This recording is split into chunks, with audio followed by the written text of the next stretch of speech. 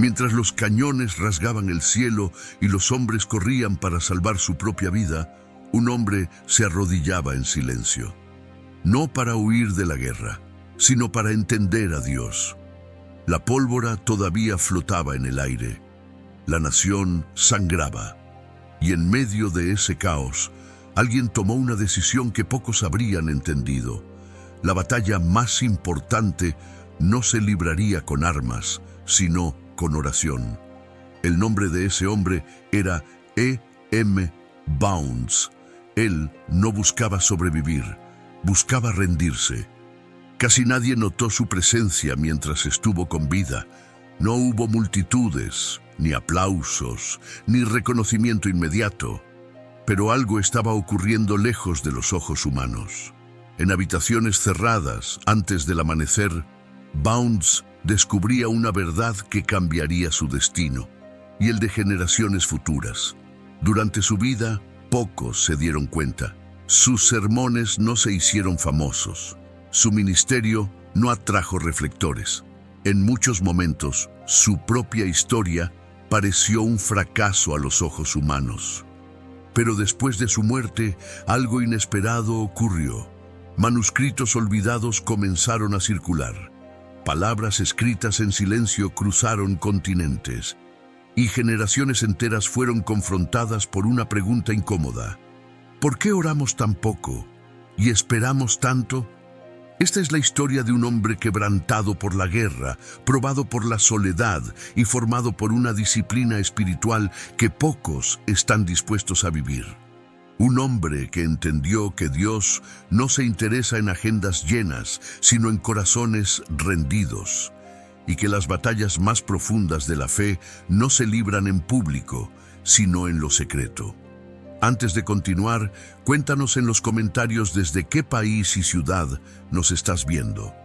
Y si esta historia ya ha tocado tu corazón, suscríbete a este canal y camina con nosotros por las vidas de los héroes de la fe, porque el mismo Dios que usó hombres y mujeres en el pasado, sigue buscando corazones dispuestos a arder en fe hoy.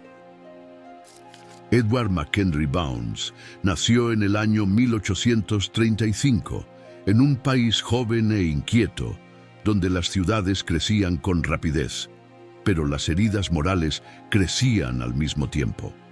La América del siglo XIX parecía vivir siempre al borde de algo. Un progreso que prometía mucho, una religión abundante en palabras y tensiones profundas que pocos querían enfrentar por demasiado tiempo. Fue en ese contexto donde él aprendió desde temprano a observar. No solo a las personas, sino aquello que las movía, lo que defendían en público y lo que temían en la oscuridad. Al principio, su vida siguió un camino previsible.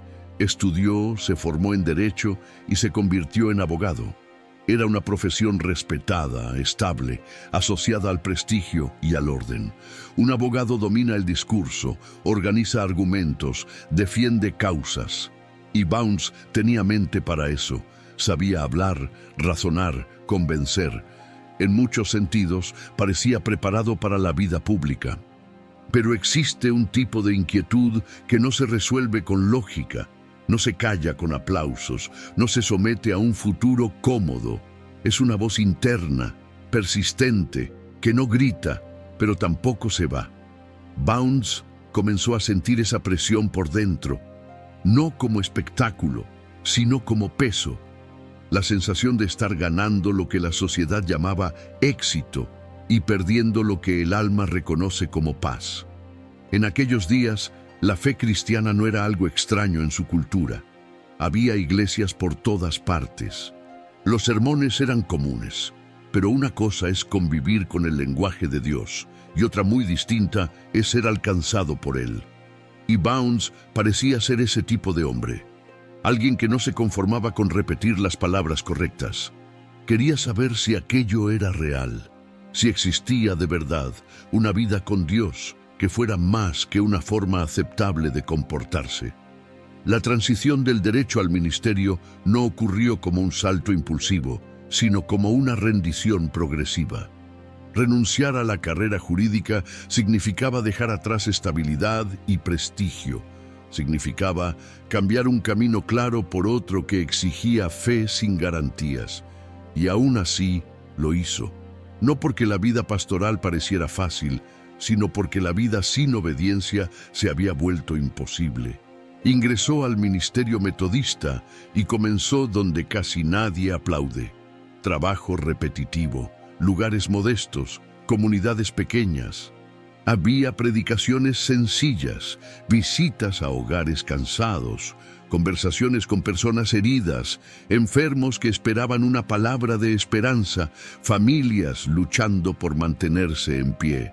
Había funerales, había nacimientos, había el peso silencioso de lo cotidiano. Y en medio de todo eso, una pregunta no lo dejaba en paz. ¿Cómo guiar a otros hacia Dios si él mismo no permanecía delante de Dios con profundidad? Poco a poco, Bounds comenzó a notar que muchas cosas en el mundo religioso se estaban volviendo ruidosas, apresuradas, llenas de técnica y vacías de presencia. Había actividad, pero poca intimidad. Había discursos, pero poca oración. Había estructuras, pero escasa vida secreta. Lo veía a su alrededor y también lo percibía dentro de sí mismo. El peligro de hacer lo suficiente para parecer fiel, pero no lo suficiente para ser transformado por dentro. Fue entonces cuando nació una disciplina. No como una meta de productividad espiritual, sino como una necesidad vital. Bounds empezó a buscar el silencio, la madrugada. Ese momento en que la casa todavía duerme y el mundo parece suspendido. Se levantaba temprano no para adelantarse al día, sino para entrar en lo secreto antes de que las demandas lo capturaran.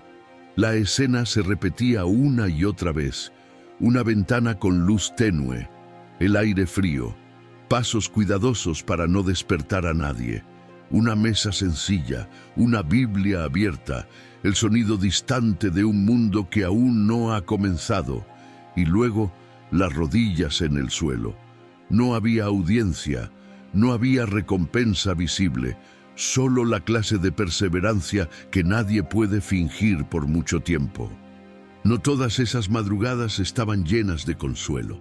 Muchas veces, orar es exactamente eso, permanecer cuando no hay emoción, cuando no hay respuesta inmediata, cuando la mente insiste en correr hacia listas y preocupaciones. Bounds aprendió a luchar contra sí mismo, contra las distracciones, contra el cansancio, contra la tentación de convertir la oración en una formalidad.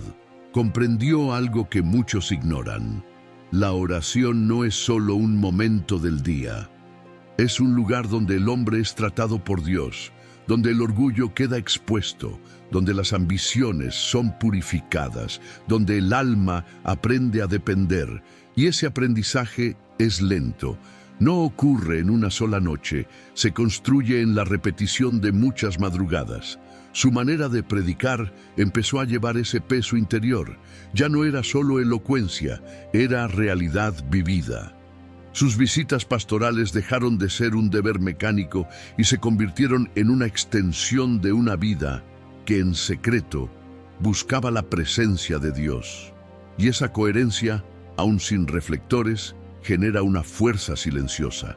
Las personas quizá no saben explicarlo, pero perciben cuando alguien habla de Dios como quien realmente ha estado con Él. Mientras tanto, el país caminaba hacia un abismo. Las tensiones políticas se intensificaban. La sociedad se dividía en líneas que atravesaban familias, iglesias y ciudades. Había enojo, miedo, discursos encendidos y sospecha constante. La guerra no comenzó de repente, se fue anunciando como una tormenta en el horizonte.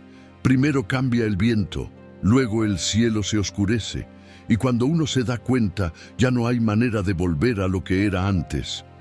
Bounds vivía en medio de ese ambiente, escuchaba las conversaciones, percibía el cambio de ánimo. Veía cómo la esperanza era reemplazada por la desconfianza y como pastor Sabía que la guerra no destruye solo cuerpos, destruye hogares, conciencias y fe. En tiempos así, algunos corazones buscan algo firme a lo cual aferrarse, mientras otros se rinden al desespero. Fue justamente en ese contexto cuando su convicción sobre la oración dejó de ser solo disciplina y se volvió urgencia. Porque cuando el mundo se derrumba, lo que sostiene a un hombre no es su capacidad de hablar bonito, sino su capacidad de mantenerse en pie por dentro. Y eso no se improvisa. La oración para Bounds no era un intento de manipular a Dios ni una huida del sufrimiento, era rendición, un alineamiento interior que decía, sin alarde, yo no controlo nada, pero confío en aquel que controla todo. Empezó a entender que el verdadero poder espiritual no se exhibe, se forma. Y casi siempre se forma en lugares donde nadie aplaude. Había también otro elemento importante. Bounds no buscaba una fe que lo librara del dolor. Buscaba una fe que atravesara el dolor sin perder la reverencia. Por eso su vida no se convirtió en una cadena de victorias fáciles. Se convirtió en una construcción paciente. Una vida subterránea, como raíces que descienden profundo antes de que cualquier fruto aparezca. Mientras la nación avanzaba hacia el conflicto abierto, él avanzaba hacia adentro, no por aislamiento estéril, sino por madurez. Sabía que, cuando el sufrimiento llegara, solo una fe profunda impediría que el corazón se endureciera. Solo la presencia de Dios evitaría que el alma se volviera amarga, y solo la oración sostendría a un hombre cuando las explicaciones ya no fueran suficientes. Había días en que todo parecía demasiado pequeño. Un pastor cumpliendo tareas comunes, dentro de una rutina que nadie registraría, y aún así existía la sensación de que algo estaba siendo preparado en lo invisible, como si Dios estuviera moldeando, pieza por pieza, la estructura interior de un hombre que todavía no comprendía la dimensión de lo que llevaba dentro. Esta es una de las ironías de la vida con Dios. Muchas veces, las etapas más decisivas son las menos dramáticas, son las mañanas repetidas, las decisiones silenciosas, el sí que nadie ve, la fidelidad que no genera titulares. Bounds estaba siendo formado no en grandes escenarios, sino en pequeños altares diarios. Y cuando la tormenta finalmente se acercó de verdad, él no tuvo que correr a construir fundamentos. Ya los tenía, no porque fuera más fuerte que otros, sino porque había aprendido a doblarse antes de ser obligado a quebrarse. La historia todavía no había mostrado todos sus dientes, pero los primeros temblores ya se sentían. Y en ese tiempo de presagios, Bounds continuó haciendo lo que parecía improbable para un mundo que corría sin detenerse. Cerraba la puerta, abría la Biblia y permanecía en oración hasta que el día comenzaba. Y así, entre el sonido distante de un país que empezaba a partirse y el sonido casi imperceptible de un hombre respirando en la oscuridad, su vida interior seguía siendo edificada, como si el cielo estuviera preparando algo que todavía no tenía nombre, pero que ya tenía profundidad. Cuando la guerra dejó de ser un rumor distante y se convirtió en realidad, nada permaneció intacto. Las tensiones que antes se comentaban en voz baja comenzaron a dividir ciudades, familias e iglesias. El país se partía ante los ojos de todos, y la fe de muchos empezó a ser probada de maneras para las que ningún sermón los había preparado. Para Bounds, la guerra no fue solo un acontecimiento histórico, lo atravesó de forma directa y dolorosa. Convicciones espirituales, posiciones morales y lealtades políticas pasaron a ser observadas con sospecha.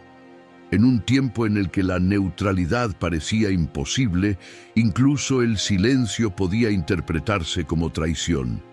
Fue en ese contexto cuando vivió una de las experiencias más humillantes y transformadoras de su vida: la prisión. No como un héroe celebrado, sino como un hombre bajo sospecha, aislado, vigilado, privado de libertad, no por un delito evidente, sino por convicciones que no encajaban con las exigencias de aquel momento histórico. La prisión no tuvo nada de glorioso. No hubo discursos finales ni gestos heroicos. Hubo espera, hubo incertidumbre, hubo el peso de días largos que se repetían sin respuestas claras. Para un hombre acostumbrado al silencio elegido de la oración, aquel silencio impuesto tenía un sabor distinto. Era el silencio de la impotencia, de no tener control. Lejos de la rutina pastoral y de las madrugadas que él mismo había escogido, Bounds fue confrontado con una pregunta que muchos prefieren evitar. ¿Qué sostiene la fe cuando no hay libertad? Cuando no hay utilidad visible, cuando no hay explicación. No podía predicar, no podía aconsejar, no podía servir como antes. Todo lo que le quedaba era aquello que siempre había sido central, ahora despojado de cualquier elección. La oración, que antes era disciplina, se convirtió en supervivencia. Ya no se trataba de buscar profundidad espiritual para crecer. Se trataba de permanecer entero bajo presión. Había días en que las palabras no llegaban, en que la mente se cansaba de preguntar, en que el alma parecía demasiado pesada para levantarse. Y aún así, él permanecía, a veces en silencio absoluto, a veces solo respirando delante de Dios, sin forma, sin estructura, sin frases bonitas. Es en este punto donde muchas historias se quiebran, cuando la fe deja de ser funcional. Cuando Dios no responde como se espera, cuando la obediencia no trae alivio inmediato. Para algunos, eso produce cinismo, para otros, abandono. En Bounds produjo profundidad. Comenzó a comprender algo que pocos aceptan con facilidad, que el silencio de Dios no es ausencia sino proceso, que hay momentos en los que la fe no se fortalece por respuestas, sino por permanencia. Que el ser humano no crece espiritualmente cuando controla el escenario, sino cuando se descubre incapaz de hacer otra cosa que confiar. La prisión no fue eterna, pero dejó marcas que no desaparecieron. Cuando la libertad finalmente llegó, Bounds no salió triunfante, salió más callado, más contenido, como alguien que ha pasado por un fuego que no destruye, sino que purifica. Había perdido la ilusión de que una vida fiel necesariamente sería cómoda. Poco tiempo después, la guerra volvió a alcanzarlo desde otro ángulo. Como pastor, se encontró sirviendo entre soldados heridos, cuerpos mutilados, familias destrozadas. La cercanía con el dolor humano ya no era abstracta, era concreta.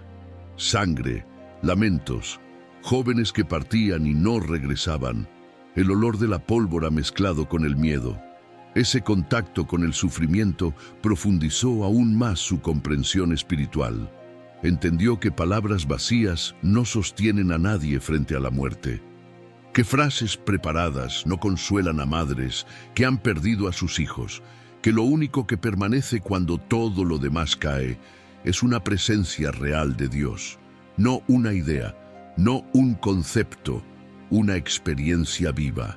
Al mismo tiempo, su propia vida personal fue atravesada por la pérdida. La muerte entró en su hogar. El dolor dejó de ser algo que observaba en otros. Se volvió cercano, íntimo, y eso transformó la manera en que se presentaba delante de Dios. Bounds no reaccionó con rebeldía visible. Tampoco espiritualizó el sufrimiento de forma superficial. Sufrió, y llevó ese sufrimiento al mismo lugar donde siempre había llevado todo, a lo secreto. Su oración empezó a tener menos palabras y más peso, menos explicaciones y más gemidos silenciosos. Fue en este periodo cuando su visión sobre la oración se volvió aún más radical. Comenzó a percibir que muchos oran para intentar moldear a Dios según sus deseos, cuando en realidad la oración existe para moldear al hombre conforme a la voluntad de Dios, no para escapar del dolor, sino para atravesarlo sin perder la fe. Mientras el mundo a su alrededor buscaba respuestas rápidas, él aceptaba procesos largos. Mientras muchos endurecían el corazón para sobrevivir, él se permitía ser quebrantado. Sabía que un corazón endurecido puede seguir funcionando, pero pierde la capacidad de amar, de interceder, de escuchar. Había noches en las que el recuerdo de la prisión regresaba, la sensación de impotencia, la certeza de que la fidelidad puede tener un costo alto, pero en lugar de generar miedo, esos recuerdos comenzaron a alimentar una convicción profunda. Nada que realmente valga la pena se construye sin sufrimiento. A los ojos humanos, aquellos años no parecían productivos. No había señales externas de éxito. No había crecimiento visible, pero en lo invisible algo se estaba grabando con profundidad. La oración de Bounds dejaba de ser solo una práctica personal para convertirse en una visión de vida. Una comprensión clara de que la Iglesia no falla por falta de actividades, sino por falta de hombres y mujeres que soporten el peso de la presencia de Dios. Cuando la guerra empezó a disiparse y la vida, lentamente, retomó cierta normalidad, Bounds no volvió al punto del que había salido. No podía. El hombre que había entrado en la crisis no era el mismo que ahora avanzaba. Había en él una gravedad nueva, una sobriedad espiritual, una claridad incómoda. Había aprendido, en el lugar donde nadie desea estar, que la fe verdadera no es la que se mantiene mientras todo va bien, sino la que permanece cuando todo parece contradecir lo que se cree. Aprendió que la oración no es un complemento para tiempos fáciles, sino sustento para tiempos imposibles. Sin darse cuenta, llevaba ahora algo que ya no podía quedarse solo en la experiencia personal. Las palabras comenzaban a ordenarse dentro de él, no como teoría, sino como testimonio vivido. Aún no había libros, aún no había lectores, pero había un mensaje madurando lentamente, forjado no en la comodidad, sino en la aflicción. Y así, marcado por la guerra, la prisión y la pérdida, Bounds siguió adelante. Ya no como alguien que buscaba entender la oración, sino como alguien que había sido profundamente formado por ella. Por fuera, la vida retomaba su curso. Por dentro, algo había quedado sellado con profundidad. La convicción silenciosa de que lo que nace en el sufrimiento, cuando se entrega a Dios, puede convertirse en fuente de vida para muchos. Cuando el ruido de la guerra comenzó a disminuir y el país intentó poco a poco reorganizarse, la vida de Bounds también entró en una nueva etapa, pero no hubo regreso triunfal ni sensación de alivio inmediato. Él llevaba marcas que no se veían en el cuerpo, pero pesaban profundamente en el espíritu. La prisión, la cercanía constante con la muerte, las pérdidas personales y el silencio prolongado habían producido en él algo irreversible, una sobriedad profunda frente a la fe. Bounds volvió al ministerio pastoral, pero no como antes. Su mirada había cambiado. Ya no se impresionaba con números, con agendas llenas, ni con discursos elocuentes. Todo eso le parecía secundario. Para él, la pregunta central ya no era qué estaba haciendo la Iglesia, sino en qué se estaban convirtiendo las personas delante de Dios. En cierto momento, asumió responsabilidades editoriales vinculadas a publicaciones cristianas. El trabajo exigía lectura constante, organización de textos, contacto con ideas y corrientes religiosas de su tiempo. Por fuera, parecía una función administrativa más. Por dentro, sin embargo, algo empezaba a alinearse con claridad. Bounds percibía el contraste entre la intensidad de su vida de oración y la superficialidad con la que muchos trataban ese mismo tema. Se hablaba mucho de Dios, pero se permanecía poco con Él. Fue en ese ambiente donde las palabras comenzaron a acumularse. No como un proyecto literario, sino como una necesidad interior. Bounds no escribía con la intención de publicar, escribía para ordenar aquello que había sido forjado a lo largo de años de silencio, dolor y perseverancia. Cada pensamiento que surgía estaba ligado a una experiencia vivida, no a una teoría aprendida. Él escribía sobre la oración no como alguien que había dominado el tema, sino como alguien que había sido dominado por él. Sus reflexiones nacían de una convicción profunda. La mayor crisis de la Iglesia no era la falta de recursos, ni de inteligencia, ni de estrategias, sino la ausencia de hombres y mujeres dispuestos a pagar el precio de una vida secreta con Dios.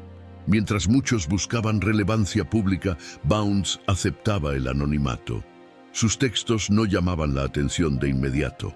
No había promoción ni interés en hacerse conocido. No corría detrás de lectores. De hecho, pocas personas sabían lo que él estaba escribiendo. Las páginas eran guardadas, revisadas, reescritas. Algunas permanecían olvidadas durante largos periodos. Había algo casi paradójico en su postura. Él sabía que estaba lidiando con algo esencial, quizá incluso urgente, pero no mostraba prisa. Parecía confiar en que, si esas palabras realmente tenían peso espiritual, encontrarían su tiempo correcto para salir a la luz. Esa confianza no era pasividad, era rendición. Él creía que la obra de Dios no depende de la ansiedad humana para cumplirse. Su propia vida reflejaba esa convicción.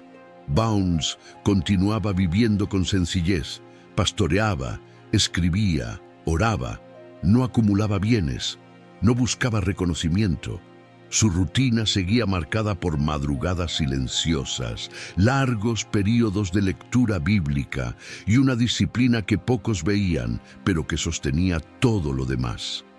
Con el paso de los años, su comprensión de la oración se volvió aún más incisiva. Veía con claridad que muchos trataban la oración como un complemento de la vida cristiana, cuando en realidad debería ser su fundamento. No como un ritual rápido, sino como el lugar donde el carácter es formado y la voluntad es alineada con la de Dios. Bounds no hablaba de la oración como una técnica para obtener resultados. Hablaba como alguien que sabía que la oración expone, que confronta el ego, que desmonta motivaciones falsas. Para él, orar de verdad significaba permitir que Dios tratara primero con el hombre antes de tratar con las circunstancias. Y eso explicaba por qué tan pocos perseveraban en ese camino. Visto desde fuera, su ministerio parecía pequeño. No hubo grandes expansiones ni historias espectaculares asociadas a su nombre. Pero había algo que crecía en silencio, una claridad espiritual poco común. Bounds se estaba convirtiendo en una voz, no para su tiempo inmediato, sino para un tiempo que él no llegaría a ver. A medida que envejecía, el contraste se hacía más evidente. El cuerpo perdía vigor, pero el espíritu ganaba densidad. Sus palabras se volvían más simples y al mismo tiempo más profundas. No escribía para agradar, sino para despertar. No quería solo informar a los lectores, sino inquietarlos por dentro. En muchos momentos parecía caminar contra la corriente del propio ambiente religioso. Mientras otros celebraban métodos modernos, Bounds insistía en algo considerado anticuado: tiempo con Dios. Mientras muchos intentaban hacer la fe más eficiente, él hablaba de profundidad. Mientras algunos buscaban atajos espirituales, él señalaba un camino estrecho y exigente. Aún así, no se volvió amargo, no escribía desde la ira. Había en sus palabras un tono de urgencia, pero también de esperanza. Él creía que, si al menos unos pocos se dispusieran a tomar la oración en serio, eso sería suficiente para encender algo mayor. La historia, al final, siempre ha sido movida por pocos que deciden ir profundo. Con el tiempo, la salud comenzó a debilitarse. Los años cobraban su precio. Pero incluso cuando el cuerpo ya no respondía como antes, la disciplina permanecía. La oración no era algo que él hacía solo cuando tenía fuerzas. Era el lugar donde las encontraba. Sus últimos años no estuvieron marcados por grandes logros visibles, sino por una fidelidad serena. Cuando el final se acercó, no había sensación de obra concluida a los ojos humanos. Sus escritos aún no habían alcanzado al público. Su nombre seguía siendo desconocido para la mayoría. Para muchos, su vida parecía haber pasado sin dejar huellas profundas. Pero esa era solo una lectura superficial de los hechos. Bounds partió sin ver el alcance de lo que había sido sembrado. Partió sin aplausos, sin títulos grandiosos, sin reconocimiento amplio, pero dejó algo que no se pierde con facilidad. Palabras nacidas en lo secreto, escritas con el peso de alguien que vivió lo que enseñaba. Lo que nadie percibía en ese momento era que esas páginas silenciosas estaban a punto de encontrar voz, que aquello que había sido gestado en madrugadas solitarias comenzaría, poco a poco, a cruzar fronteras. Que el mensaje madurado en el sufrimiento encontraría corazones preparados en otras generaciones. Sin saberlo, Bounds había preparado un legado que no dependía de su presencia. Había aprendido que lo que nace del silencio, cuando viene de Dios, no necesita prisa, solo necesita tiempo. Y mientras su vida se apagaba de forma discreta, algo mayor comenzaba a moverse en lo invisible, como si el cielo finalmente estuviera abriendo espacio para que aquella voz, forjada lejos de los reflectores, fuera escuchada mucho más allá de lo que él jamás habría imaginado.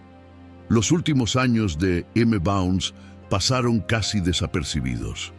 El mundo seguía su curso, demasiado ocupado para notar a un pastor envejecido, de salud frágil, que cargaba más convicciones que reconocimiento. No vivió rodeado de homenajes. No cosechó fama. No recibió en vida el peso real del impacto que sus palabras llegarían a tener. Su camino se acercó al final de la misma manera en que había sido construido, con sencillez, fidelidad y silencio. Bounds murió en el año 1913, lejos de los reflectores. Para muchos, su partida fue apenas el cierre discreto de una vida piadosa, pero común.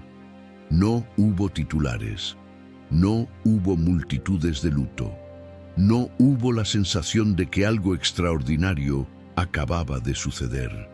Y sin embargo, fue precisamente en ese momento cuando su voz comenzó de verdad a ser escuchada. Después de su muerte, manuscritos guardados durante años empezaron a ser organizados. Páginas escritas en madrugadas solitarias, marcadas por reflexiones profundas y experiencias vividas, comenzaron a circular.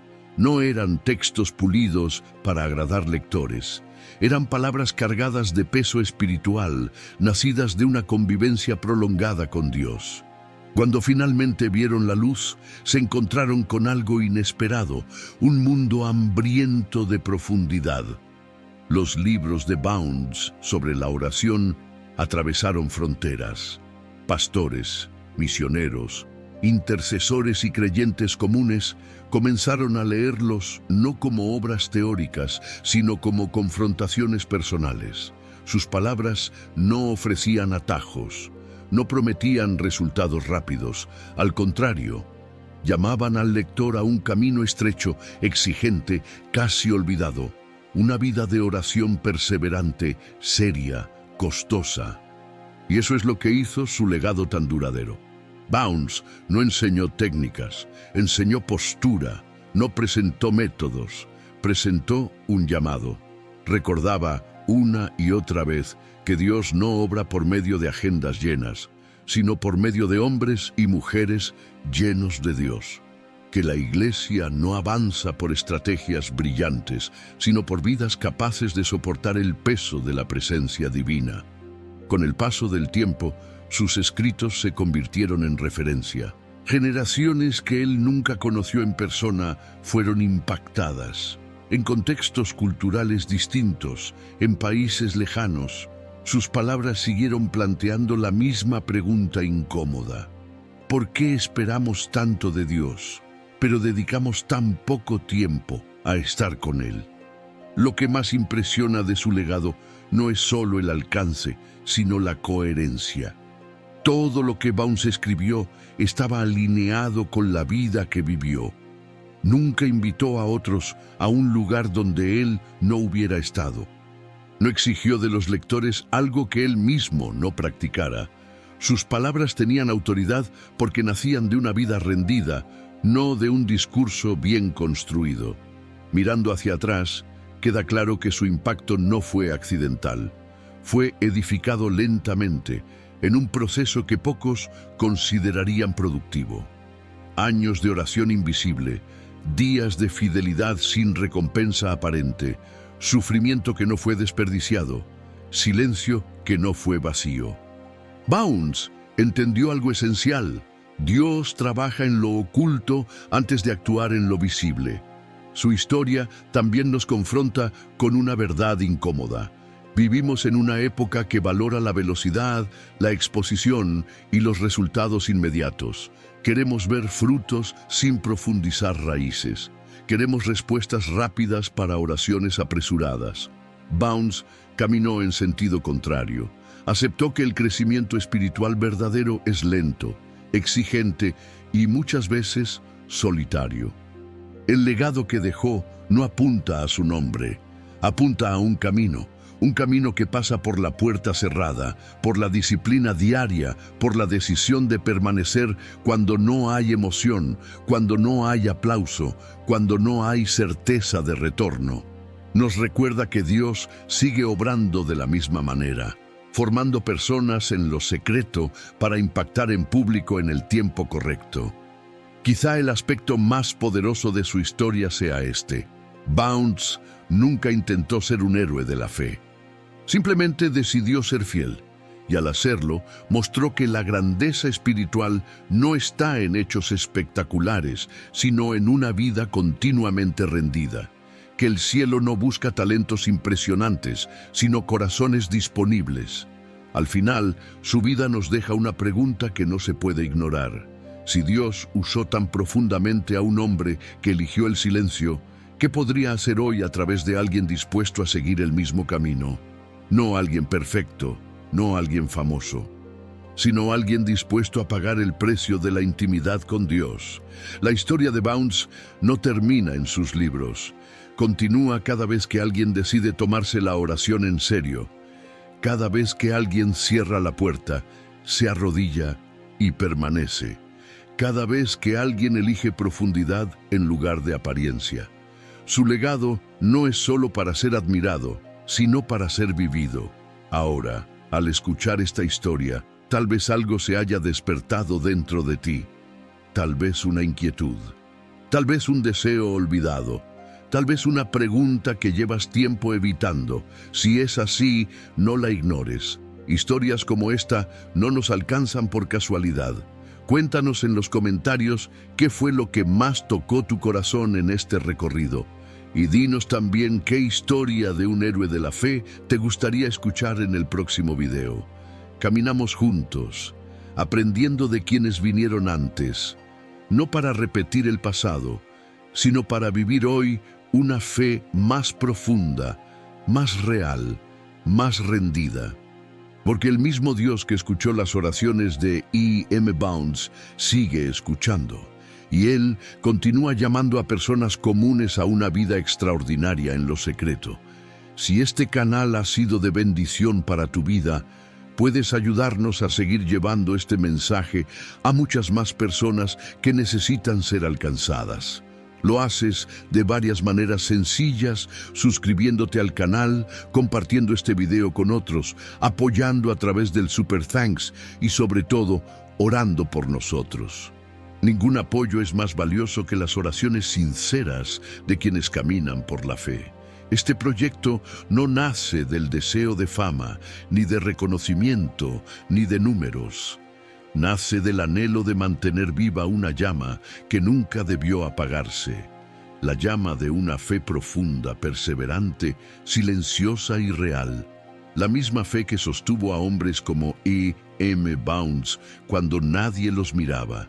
Que Dios vuelva a encender en ti una llama de confianza, de perseverancia y de fe viva. Que aún en medio del cansancio no pierdas el deseo de buscarlo.